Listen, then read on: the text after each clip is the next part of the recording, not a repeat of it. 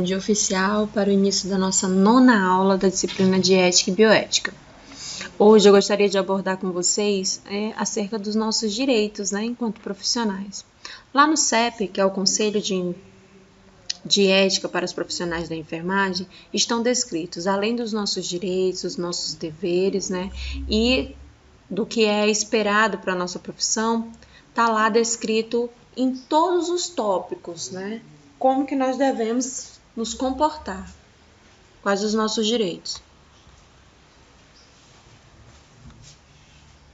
Aqui, a reformulação do CEP ocorreu no início de 2010. Como nós já sabemos, a disciplina de ética ela começou junto com o primeiro curso de enfermagem, lá em 1923. E desde então ela vem sofrendo reformulação, de acordo com os avanços da sociedade, de acordo com os avanços da ciência, das políticas, das neopolíticas, tanto a nível estadual, municipal, nacional e mundial, o Código de Ética ele vem sendo reformulado. A última reformulação foi em 2010, que ele trouxe para a enfermagem brasileira as transformações socioculturais, as científicas e as legais. E ele entendeu que chegou o momento de reformular o Código de Ética dos Profissionais de Enfermagem, que é o CEP. Essa trajetória da reformulação ela foi coordenada pelo Conselho Federal de Enfermagem, teve a participação dos conselhos regionais, ou seja, foi algo de esfera federal e estadual, e incluiu as discussões com a categoria da enfermagem, todas as discussões que estavam sendo levantadas em todos os estados brasileiros. O Código de Ética do Profissional de Enfermagem ele está organizado por assunto, tá bem? Lá estão todos os assuntos, tudo bem organizadinho.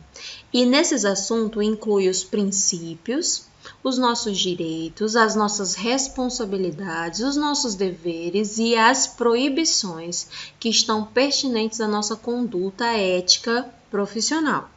O Código de Ética lá dos profissionais de enfermagem levou em consideração a necessidade e o direito de assistência e enfermagem da população, os interesses do profissional e a organização de tudo isso. Então percebam que em nenhum momento a profissão da enfermagem ela larga a prestação de serviços na assistência e em nenhum momento deixa de lado o artista principal dessa nossa jornada, que é os nossos pacientes ou a nossa clientela, ou no geral, a população. Então vamos lá. A reformulação do CEP está centrada na pessoa, família e coletividade, e pressupõe que os trabalhadores da enfermagem estejam aliados aos usuários na luta por uma assistência sem riscos e danos e que ela seja acessível a toda a população. Então, para isso, para designar essa ferramenta, nós temos à nossa disposição o SUS, dando acessibilidade a todos os cidadãos. Nós temos aí os programas dentro do SUS, melhorando a nossa assistência, que é o NEP, é o Núcleo de Educação Permanente, Esse núcleo ele oferta cursos e especializações e capacitações para quem está na linha de frente, para quem está na assistência, ou seja, só não se capacita quem não tem interesse, tá bem? E isso leva uma melhor assistência para os nossos usuários, porque nós somos aliados da população em geral. Nós não podemos esquecer que nós também somos usuários do sistema, que ele funciona para quem é da área da saúde da mesma forma que ele funciona para quem é leigo. Nós temos que respeitar as leis e as hierarquias da mesma forma.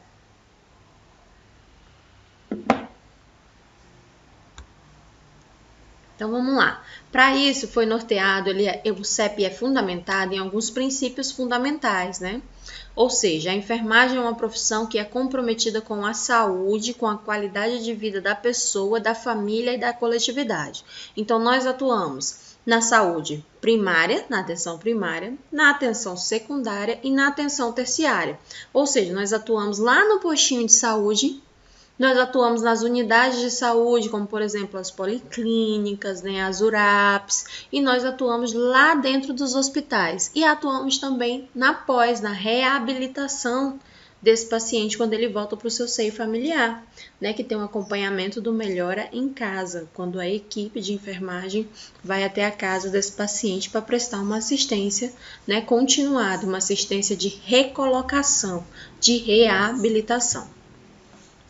O profissional de enfermagem atua na promoção, ou seja, ele promove saúde, ele trabalha na prevenção, medidas preventivas é o forte da enfermagem, tá bem? Logística, planejamento é o nosso forte, tá bem? Então é muito comum você encontrar um enfermeiro organizando palestras, organizando feiras de saúde, organizando serviços de assistência primária, organizando como, por exemplo, uma ação global, né? Isso faz parte do nosso perfil profissional. Todo profissional da área da enfermagem consegue desenvolver esse quesito. Trabalha na recuperação e na reabilitação da saúde. Trabalha com a autonomia e a consonância com os preceitos éticos e legais. Então, mais uma vez aqui, ó, voltando, né? A gente trabalha com a autonomia. E essa autonomia é a autonomia do nosso paciente. Nós fortalecemos, né, as necessidades do paciente, fazendo com que ele seja cada vez mais apto a executar as suas atividades cotidianas. O profissional da enfermagem, ele respeita a vida, respeita a dignidade e os direitos humanos em todas as suas dimensões, tá? O profissional de enfermagem exerce as suas atividades com competência para promover, né, a saúde do ser humano, respeitando a integralidade, tá bem? De acordo com os princípios da ética e da bioética. A gente não pode esquecer daquelas leis, daqueles princípios, tanto da ética quanto da bioética. Então, quando o assunto é relação profissional, né? Qual é o nosso direito?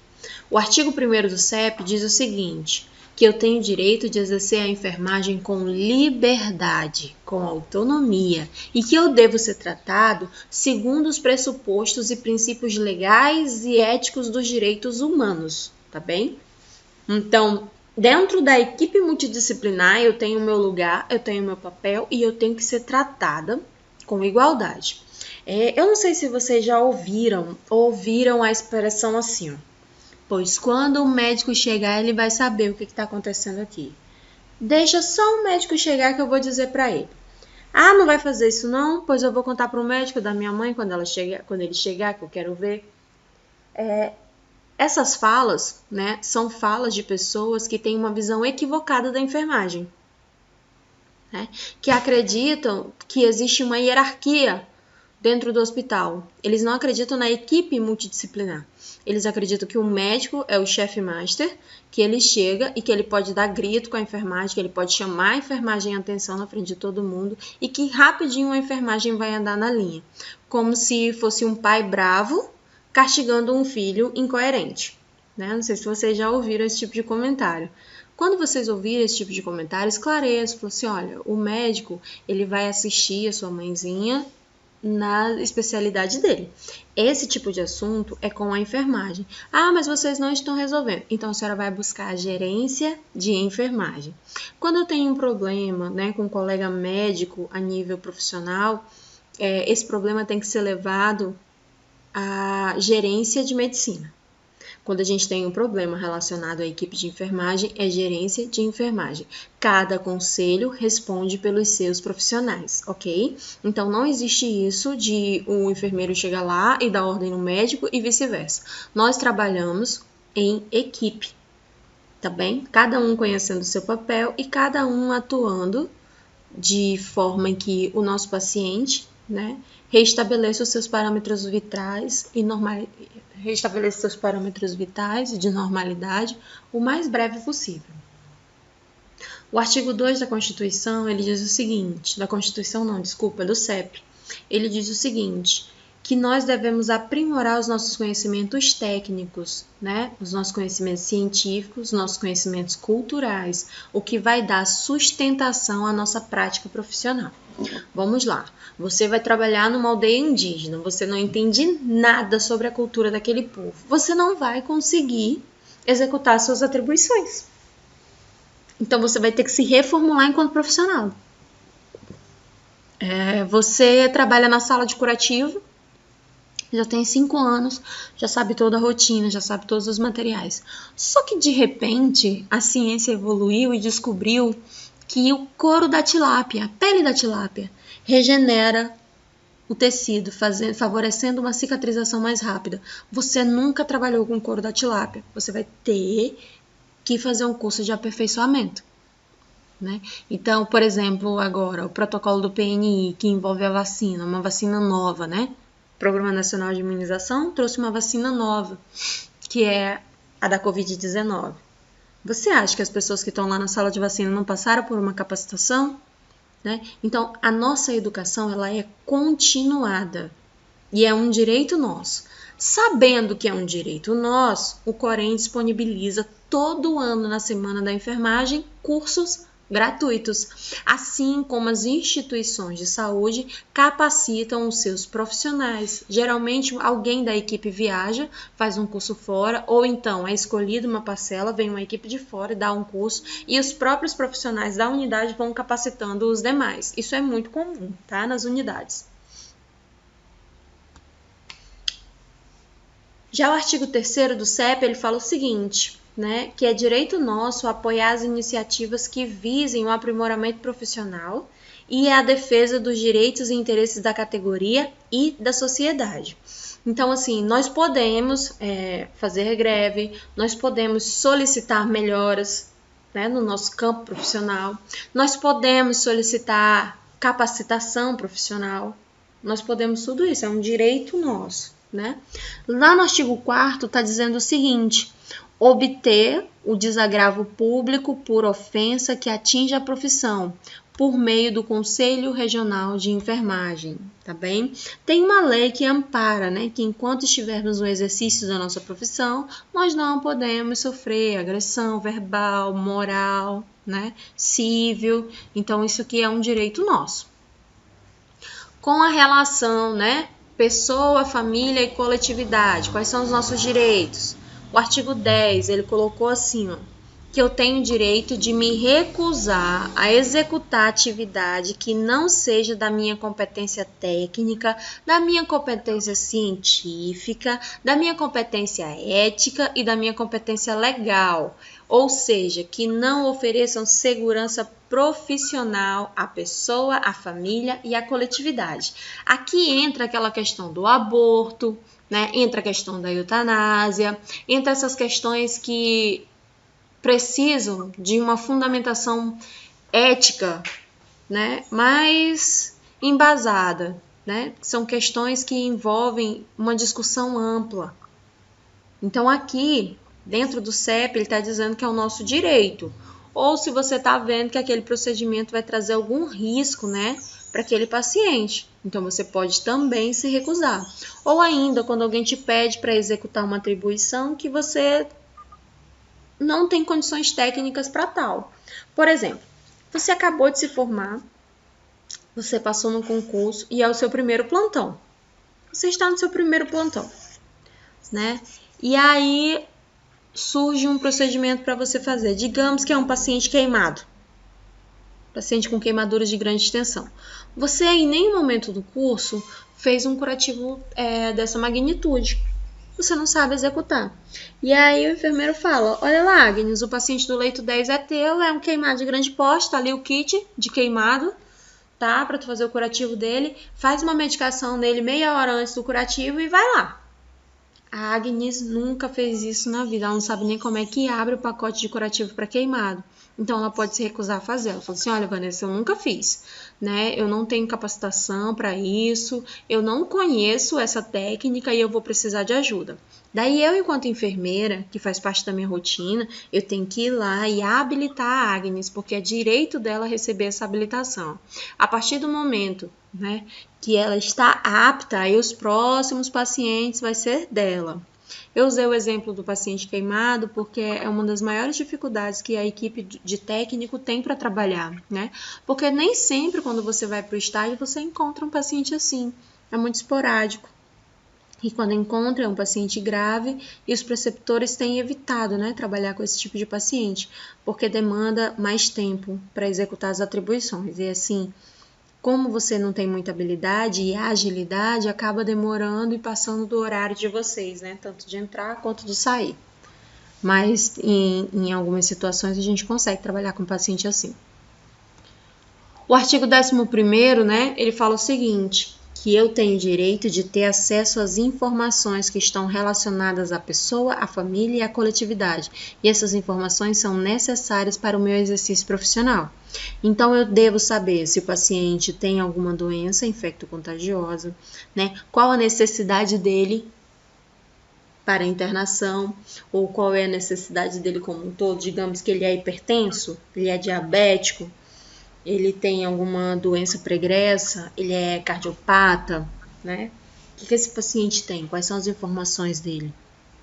Então, eu tenho o direito de saber disso. Isso está incluso no prontuário e na ficha de anamnese, que é de direito da enfermagem tomar conhecimento. Das relações, né, com os trabalhadores de enfermagem e a saúde e os outros, no contexto geral. O artigo 36º, ele falou o seguinte, que é meu direito participar da prática multiprofissional e interdisciplinar, trabalhando com responsabilidade, com autonomia e com liberdade, tá bem? Então, eu faço parte da equipe multidisciplinar e é um direito meu. Então, não se faz hoje saúde sem médico, enfermeiro, fisioterapeuta, odontólogo, fonoaudiólogo, entendeu? É uma equipe, nutricionista, todos nós trabalhando, né? Porque o paciente, ele é um todo. E quem cuida desse todo são todas os profissionais que fazem parte da equipe multidisciplinar, né? O médico, ele vai até certo ponto. A partir dali, ele entrega para a enfermagem vai até certo ponto, a partir dali ela entrega para a fisioterapia vai até certo ponto, a partir dali entrega para o fonoaudiólogo vai até certo ponto, a partir dali ele precisa trabalhar de mão dada com o nutricionista, e assim vai. De acordo com a necessidade do paciente, entra, né, um profissional com habilidade técnica para executar a necessidade dele. Já o artigo 37º, ele disse o seguinte, eu posso me recusar a executar uma prescrição medicamentosa ou terapêutica onde não conste a assinatura e o número do registro profissional, exceto em situação de urgência e emergência. Aí ele traz um parágrafo único aqui, ó. O profissional de enfermagem poderá recusar-se a executar a prescrição medicamentosa e terapêutica em caso de identificação de erro ou ilegibilidade, ok? É um direito nosso.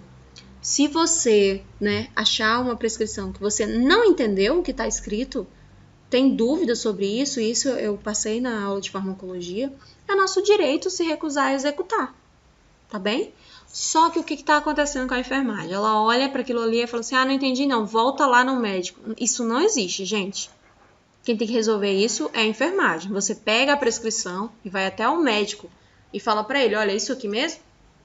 Eu não entendi isso aqui, ó. Daí ele fala para você ou então reescreve, tá bem? Outra coisa que pode acontecer, você encontrar um erro, né? Pessoas erram, seres humanos erram, né? Seres humanos trabalhando com uma carga horária exaustiva erram. Então, é possível que você encontre um erro na prescrição, uma dosagem acima, uma dosagem absurda, como, por exemplo, o Berotec 25 gotas, né? É muito comum. Captopril, que geralmente é sublingual via oral, prescrito endovenoso. Então, a gente pode encontrar, né? Você, observando um erro como esse, você pode solicitar, né, para o médico a prescrição novamente, tá? De uma maneira correta. Então, você não faz. Quando você não faz, você está assistido pelos direitos da nossa Constituição, do nosso Código de Ética, tá bem? Então, vamos lá. Das relações com as organizações, né, da categoria. No artigo 44, ele fala o seguinte, que é nosso direito recorrer ao Conselho Regional de Enfermagem quando estivermos impedidos de cumprir o presente código, né? Quando tivermos com dificuldade de cumprir a legislação do exercício profissional e as resoluções e as decisões que foram emanadas pelo sistema do COFEN e do COREN de cada estado. Então, vamos lá. Tem alguma coisa no hospital ou na unidade que você trabalha que não está de acordo ou que você está com dúvida? Olha, eu não sei, é assim mesmo? Será que é assim? Então eu vou procurar quem sabe. Quem é que sabe? O nosso conselho. Então nós recorremos ao nosso conselho e é nosso direito buscar entender o que está acontecendo. Né? Então você leva a situação até o conselho e pede para o teu conselho te orientar. E aí ele vai dizer assim, não, Agnes, é assim mesmo, pode sim, não tem problema nenhum, né? Está aqui previsto na nossa Constituição, no nosso Código de Ética. Ou não, eles vão falar assim, olha, Agnes, isso aqui não está previsto na Constituição, nós vamos fazer uma fiscalização lá onde você trabalha. Muito obrigado por nos trazer essa questão, né, ao nosso conhecimento. Lá no artigo 45, é nosso direito associar ou exercer cargos e participar de atividades das classes de órgãos de fiscalização do exercício profissional. Né? Então, a gente tem aqui hoje o Sintesac e o SPAT. São 2 conselhos da nossa profissão. Cada um deles, né, trabalha num ramo diferenciado. Por exemplo, o Sintesac é de todos os trabalhadores da área da saúde. O SPAT é voltado para a enfermagem, tá bem? E você pode fazer parte dos 2, tá? Não tem problema nenhum. Você se filia, é um direito que você tem. E aí, a partir do momento que você se filia, você tem algumas regalias, né, alguns benefícios. Eu não sou filiada em nenhum deles, né, nada contra nem a favor. É algo meu, né, é um direito que eu tenho que eu resolvi não utilizar, por enquanto. Então, vamos lá. Das relações com as organizações ainda da categoria. O artigo 46 diz que é meu direito requerer um tempo hábil, né, para informação acerca de normas e convocações, ou seja, saiu uma normativa, é algo novo, não faz parte da sua rotina, aquilo ali. É algo novo, surgiu agora. Né? Você tem direito de ter um tempo para adaptar-se àquela nova norma. Então, digamos que a portaria saiu hoje no seu hospital e eles te dão um prazo de no mínimo 15 dias. Eles colocam lá, a contar a partir da data tal. Se você não cumprir, né, você sofre penalização. Então, é um direito seu ter um tempo para se adaptar, tá bem? Nada acontece, a partir de amanhã já vai ser assim. Não pode ser assim. Você tem que ter um tempo para se adaptar. Já o artigo 47, né, ele fala que é nosso direito requerer ao Conselho Regional de Enfermagem medidas cabíveis para a obtenção de desagravo público em decorrência de ofensa sofrida no exercício profissional. Todo mundo aqui que já foi numa unidade de saúde está lá a lei estampada, né? Falando sobre essa questão do exercício profissional, que a gente não pode ser desacatado nem moralmente, né? Nem fisicamente. No artigo 60, ele fala que é meu direito participar dos movimentos de defesa da dignidade profissional, do aprimoramento técnico-científico, do exercício de cidadania e das reivindicações por melhoras de condição na assistência no trabalho e da nossa remuneração. Então, nós temos esse direito de reivindicar, nós temos o direito de militar. O que nós não temos o direito é de deixar os pacientes desassistidos. Então, como é que funciona? É obrigatoriamente, tá? Isso está previsto em lei, que apenas 30% do quadro, né, daquele plantão deixe o hospital, tá? Então, digamos que a gente tem uma equipe com 10 profissionais da área da enfermagem, 7 pode ir. 3, né, tem que ficar para prestar assistência direta ao nosso paciente. Então, nós não podemos parar 100%. 30% do pessoal tem que ficar trabalhando. E as outras pessoas que estão de folga, né, vão lá também para as reivindicações. Recente, teve uma militância, né, uma reivindicação acerca da terceirização. Alguns hospitais, né, estão passando por esse processo de serem terceirizados.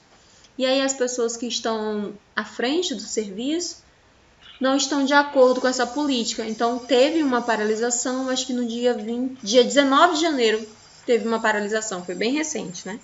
E algumas pessoas não foram para o trabalho e outras que foram para o trabalho assumiram o plantão também saíram para a greve, né? Foi uma paralisação, não foi uma greve, foi uma paralisação.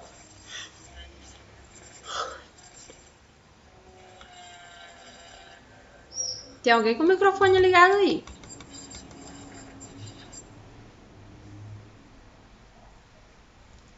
Lá no artigo 62 está dizendo o seguinte, que é nosso direito receber salários ou honorários que sejam compatíveis com o nosso nível de formação, com a nossa jornada de trabalho e com a complexidade das nossas ações e a responsabilidade pelo exercício profissional. Então, vamos lá. Um postinho de saúde. Quem trabalha com vacina tem que ganhar um pouquinho mais, né? Lá na unidade de saúde, quem trabalha na UTI ganha um pouquinho mais, né? Quem trabalha com urgência e emergência ganha um pouquinho mais, porque o salário ele tem que estar compatível com a sua responsabilidade ou com a complexidade das suas ações. Então, o piso salarial é o mesmo, né? Mas de acordo com o setor que você trabalha, você tem o adicional, por exemplo, de insalubridade, né?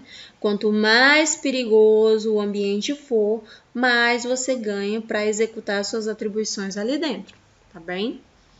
Já no artigo 63, ele fala o seguinte, que é de meu direito desenvolver as minhas atividades profissionais em condição de trabalho que me promovam segurança, tá bom? Da minha pessoa, da minha família e da coletividade que está aos meus cuidados, né? E dispor de material e equipamento de proteção individual e equipamento de proteção coletiva, segundo as normas vigentes. Vocês viram que o Brasil ele passou por uma crise recente, né?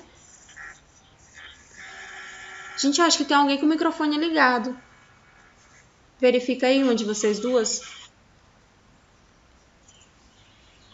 Pronto. Vocês viram que o Brasil passou por uma crise, saiu em todos os jornais. Nós não tínhamos EPIs para quem estava na linha de frente. Então, foi solicitado que os EPIs que tinham no estado fossem doados, né, os EPIs que tivessem no país, fossem doados para as unidades de saúde. Então, a gente ficou ali uns 3 meses sem encontrar máscara, né, para comprar, sem encontrar luva para comprar, porque todos esses insumos tinham sido encaminhados para os hospitais, porque nós não estávamos tendo EPI para trabalhar.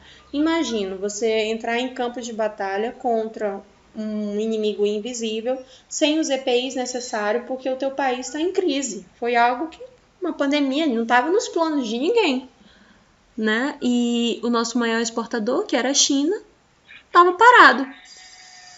Então, ocorreu essa debilidade, essa dificuldade.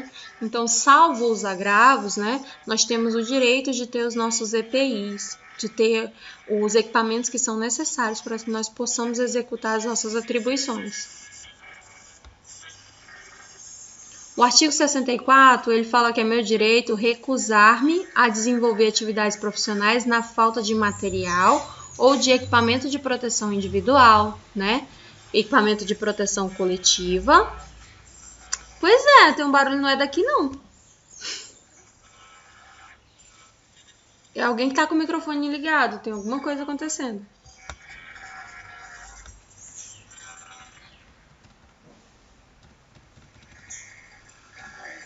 Tá estranho mesmo, sabe? Mas vamos tentar, vamos lá.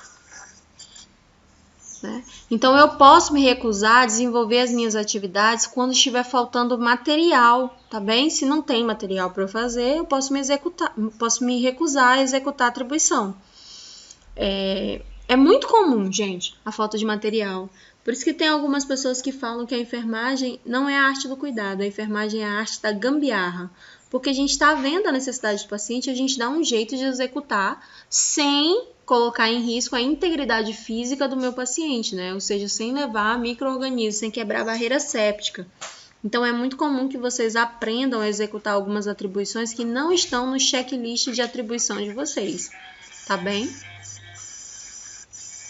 O artigo 65, ele diz o seguinte, que é meu direito formar e participar da comissão de ética da instituição pública ou privada onde eu trabalho, né? E bem como as comissões interdisciplinares. A partir do momento que eu entro num conselho desse, eu não posso ser demitido por 2 anos, que é o período que leva para a nova formação. Eu posso pedir demissão, mas eu não posso ser demitido, ok? Porque eu passei por uma assembleia, as pessoas votaram em mim, concorre com chapas, né? as pessoas votaram em mim, eu estou exercendo um cargo paralelo ao cargo que eu já tenho. Então, essa comissão, ela não pode ser demitida por 2 anos, as pessoas que fazem parte dela. Você pode encontrar nessa equipe médico, enfermeiro, fisioterapeuta, técnico. Quando eu falo enfermeiro, gente, eu englobo a enfermagem, tá? Na minha cabeça eu não separo, não. Para mim, todo mundo que é da enfermagem tá no quesito enfermeiro. Então, vamos lá. O artigo 67 diz o seguinte: é meu direito ser informado sobre as políticas da instituição e do serviço de enfermagem, bem como participar da sua elaboração. Isso aqui a gente chama de POP. É o Protocolo Operacional Padrão. Cada unidade tem o seu, tá bem? Por isso que quando a gente vai começar a trabalhar num setor novo ou num hospital, numa clínica nova, a gente tem que estar inteirado qual é a política operacional daquela unidade. E para isso nós temos um tempo para adaptação. E esse tempo pode ser de 30 dias, de 45 dias ou de 90 dias. Quem estipula isso, tá bem? É quem está à frente da organização. Então, o profissional de enfermagem, ele tanto participa, né, do protocolo de operação, tanto participa executando, como ele participa também criando e protocolando. Então, ele faz parte da organização, né, dos serviços que são ofertados por aquela unidade. No artigo 68, ele fala o seguinte: que eu tenho direito de registrar no prontuário e em outros documentos, né, que são próprios da enfermagem, as informações referentes ao processo do cuidar da pessoa, né? É um direito, não é nem um dever, é um direito. Com relação ao sigilo profissional, é meu direito me abster de revelar informações confidenciais que tenha o conhecimento em razão ao meu exercício profissional, né, que as pessoas ou as entidades não estejam obrigadas ao sigilo. Então, olha só, eu tenho o direito de manter em sigilo uma informação que foi passada para mim enquanto eu estava no exercício da minha profissão, tá bem? Se eu não quiser falar sobre isso, eu tenho esse direito. Já o artigo 86, do CEP, ele fala o seguinte, né? Que é meu direito realizar e participar das atividades de ensino, das atividades de pesquisa, tá bom? Respeitando as normas ético-legais. Então, quando a gente está tentando desenvolver uma nova tese, uma nova teoria, ou estamos levantando no hospital em que trabalhamos um protocolo de serviço que está trazendo benefício, né, para a população e nós queremos levar aquilo para fora da unidade que nós estamos para implementar em outras unidades, né, eu tenho o direito de participar dessa equipe multidisciplinar, tá bem? Executando as minhas atribuições a nível técnico ou a nível de enfermagem, né, mas eu tenho esse direito. Então, não tem como apenas a equipe médica ou apenas a equipe de fisioterapia levar esse serviço, não. É um direito meu, porque lá dentro da unidade ele não faz aquilo sozinho. No artigo 87, ele diz o seguinte: que é meu direito ter conhecimento acerca do ensino e da pesquisa que vão ser desenvolvidas com as pessoas sob a minha responsabilidade profissional e em seu local de trabalho. Vamos lá, digamos que nós trabalhássemos lá no Butantan. A equipe que estava pesquisando, né, os efeitos da vacina sobre o organismo conta com uma equipe de enfermagem. Né? Então, se nós trabalhássemos lá, nós teríamos o direito de participar. Até porque para a administração, né, do fármaco, é a enfermagem que faz. Já no artigo 88, né, ele diz que eu tenho que ter reconhecida a minha autoria ou a minha participação na produção técnico-científica. Então, técnico de enfermagem pode sim publicar artigo, enfermeiro pode publicar artigo, médico pode publicar artigo, tá bem? Desde que você respeite, né, os princípios éticos legais para tal. Daí, para finalizar, com relação à publicidade, né, nós temos o direito de utilizar do veículo de comunicação para conceder entrevista ou divulgar eventos e assuntos da nossa competência, com a finalidade educativa e de interesse social, Se você procurar hoje no YouTube, tem vários técnicos de enfermagem ensinando, né, técnicas da profissão. O passo a passo, como fazer, como facilitar, como se comportar, né? Nós temos esse direito.